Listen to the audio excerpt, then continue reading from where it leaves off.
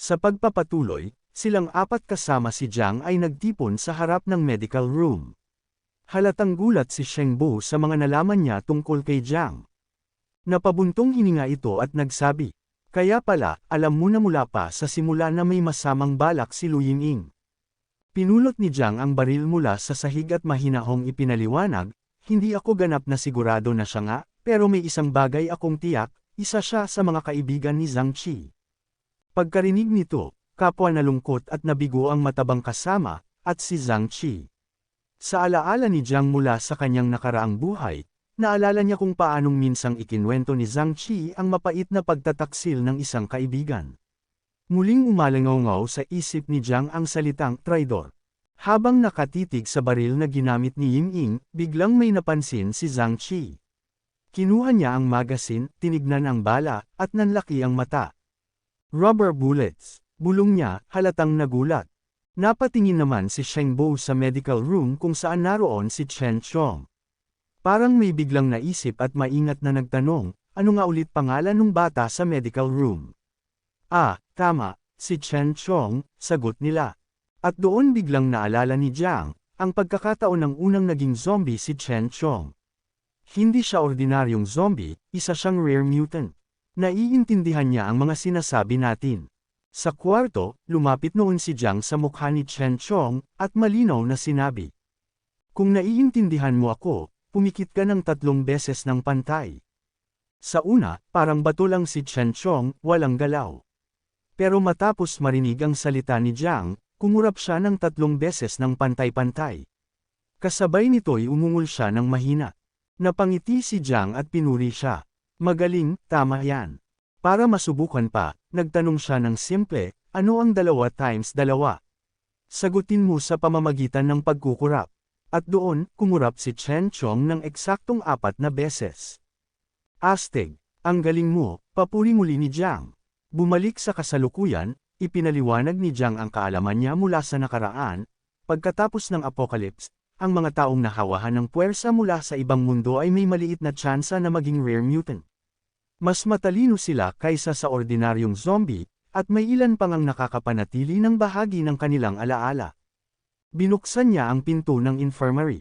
Tumayo na si Chen Chong, kalmado ang kilos ngunit mapotla ang mukha, medyo nakakatakot tingnan.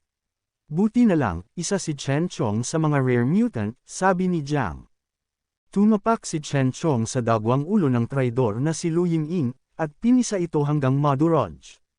Napaatras si Zhang Qi at ang dalawa pa, halatang natakot, pero nanatiling kalmado at masaya si Jiang. Biglang humarap si Chen Chong sa kanila, umungol ng mababa, at namutok ang mga ugat sa kanyang mukha. Akala ng lahat, aatake siya, pero bigla itong kumaway ng masaya, parang inosenteng bata.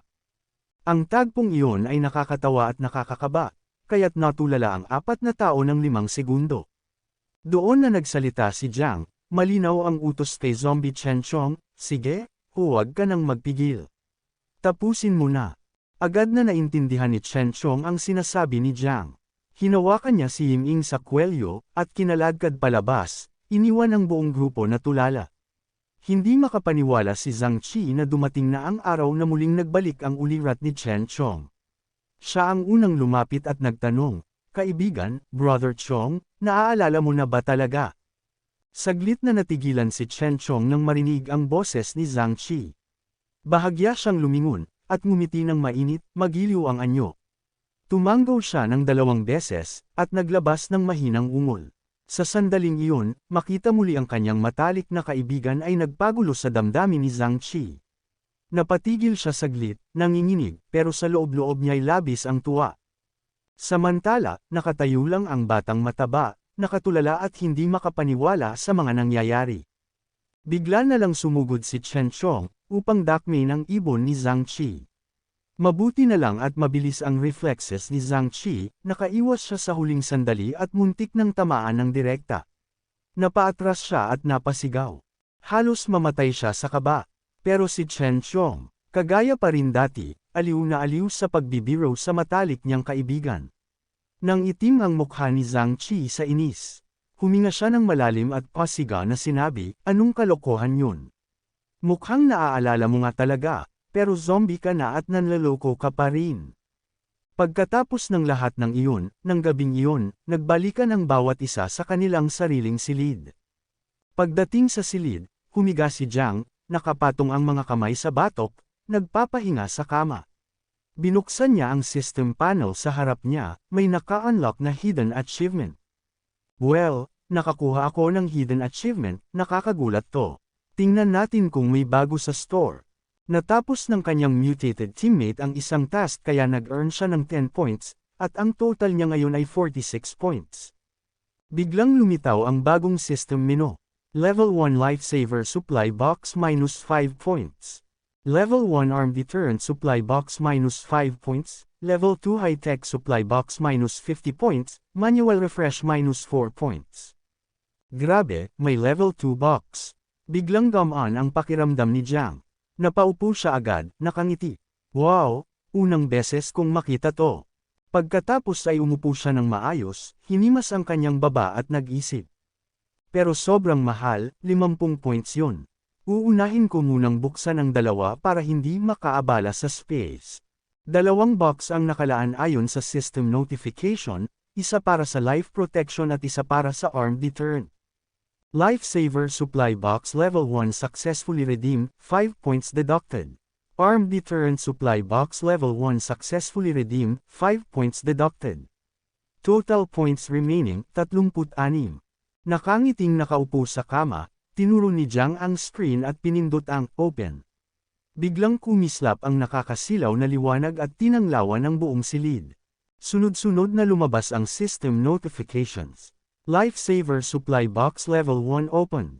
Reward, Anti-Infection Blocker from Another Realm. May tsansang harangin ang interdimensional infection sources, pero hindi nito kayang baligtarin ang kompletong transformation. Arm Deterrent Supply Box Level 1 Open. Reward, Special Sniper Rifle Barrett M82 na may 12.7mm BM50 rounds, 10 bullets included. Pagkabasa niya ng mga reward notification, bumagsak si Jiang sa unan, hindi mapigilan ang emosyon at napasigaw, Diyos ko. Kung level 1 box pa lang ganito na, baka level 2 o 3 na ang ibigay. At itong anti-infection blocker, ibig sabihin ba nito pwede nitong iligtas ang taong nakagat bago pa sila tuluyang maging zombie? Pagkatapos noon, agad niyang kinlik ang system panel kung saan nakalagay ang mission details.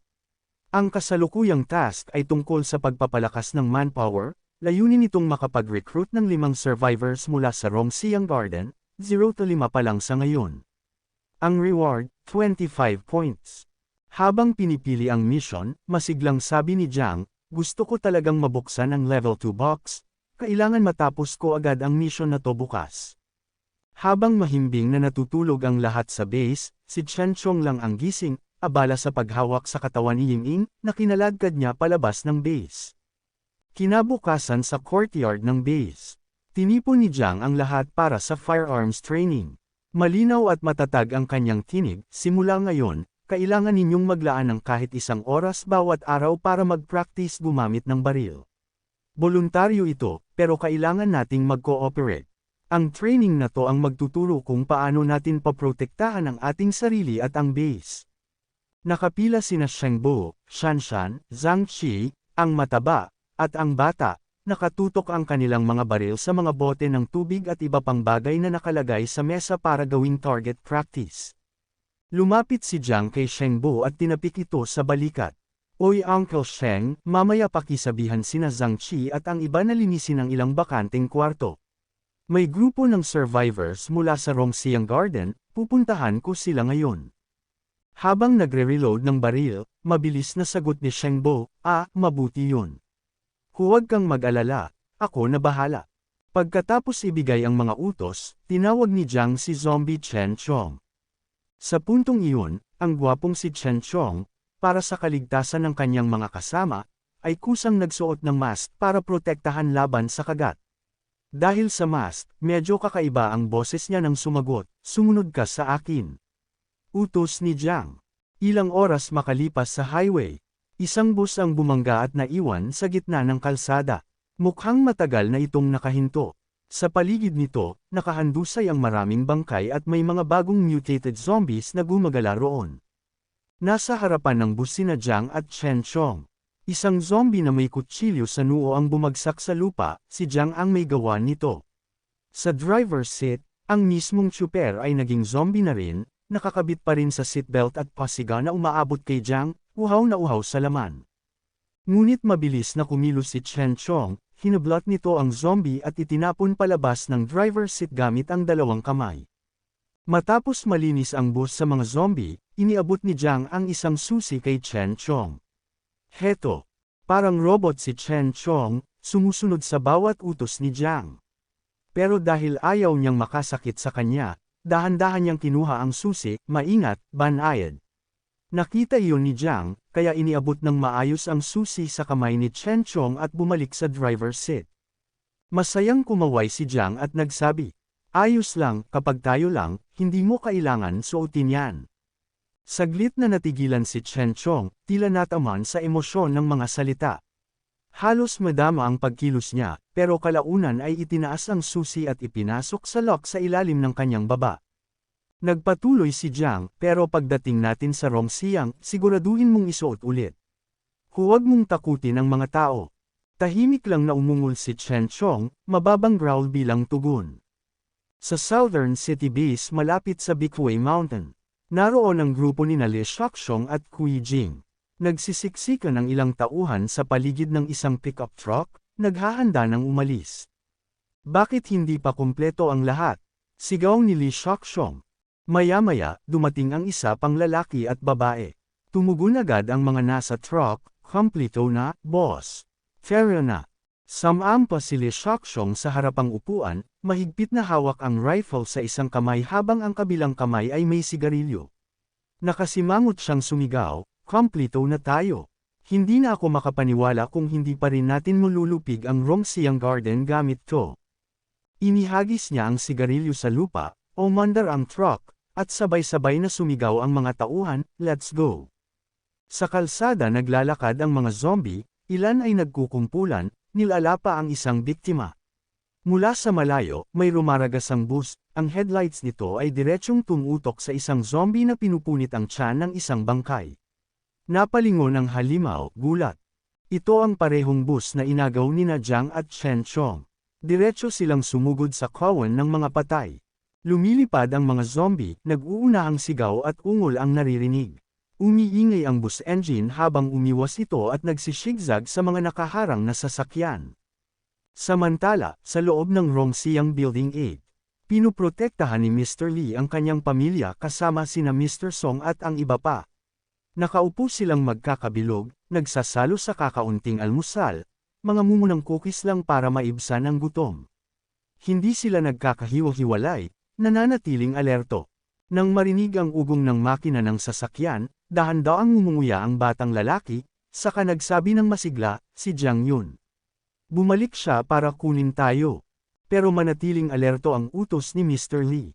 Agad niyang sinenyasan ng lahat na manahimik. Dinampot niya ang isang AK at lumabas para tingnan. Mahinang bulong niya kay Zishuan. "Zishuan, huwag ka munang lumabas. Ako muna ang titingin."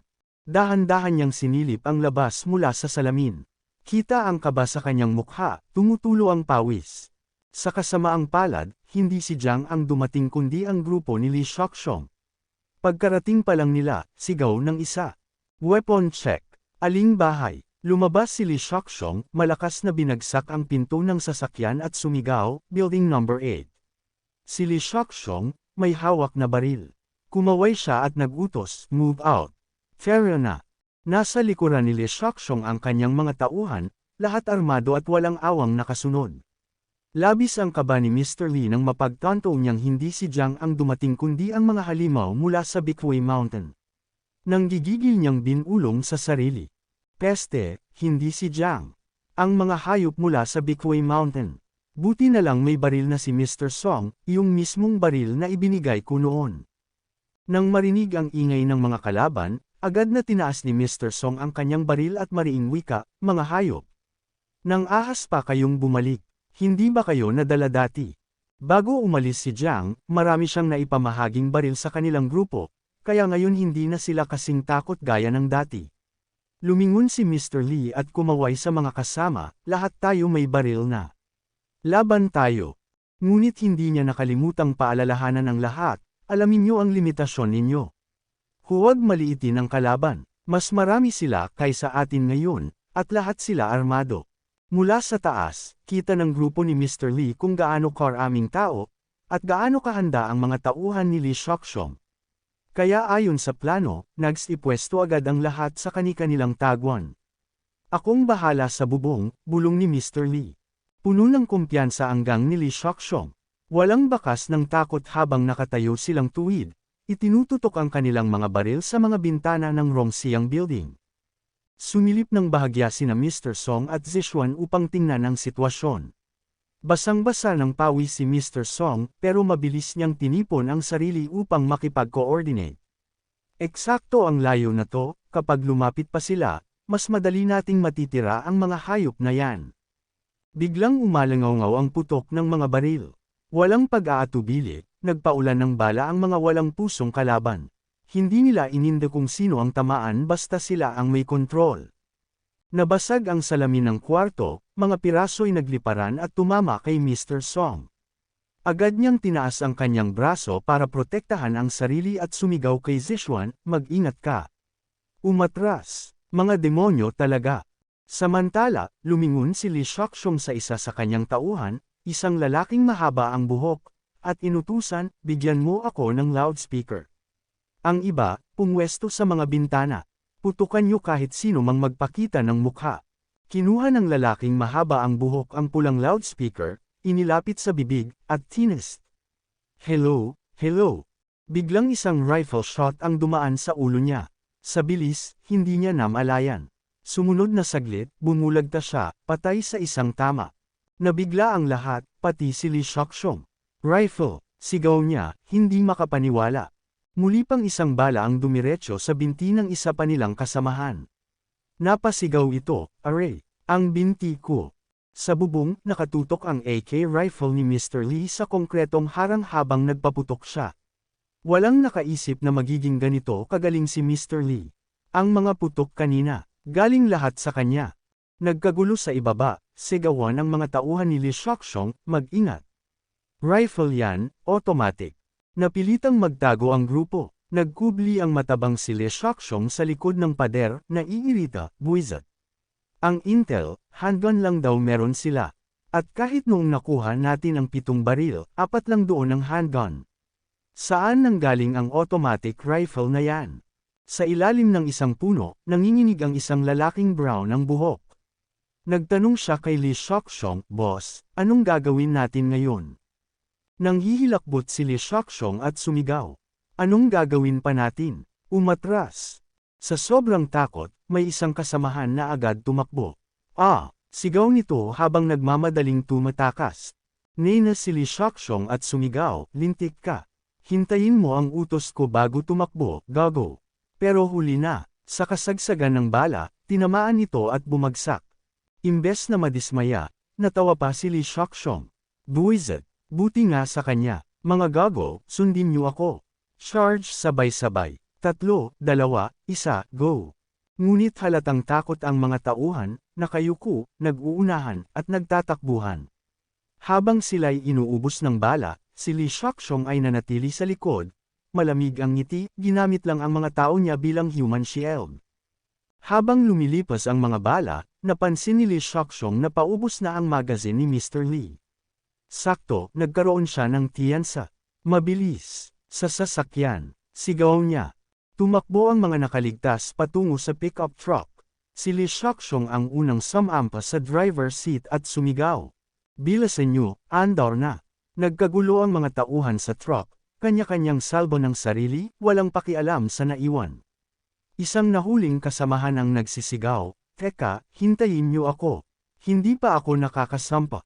Ngunit hindi huminto ang truck.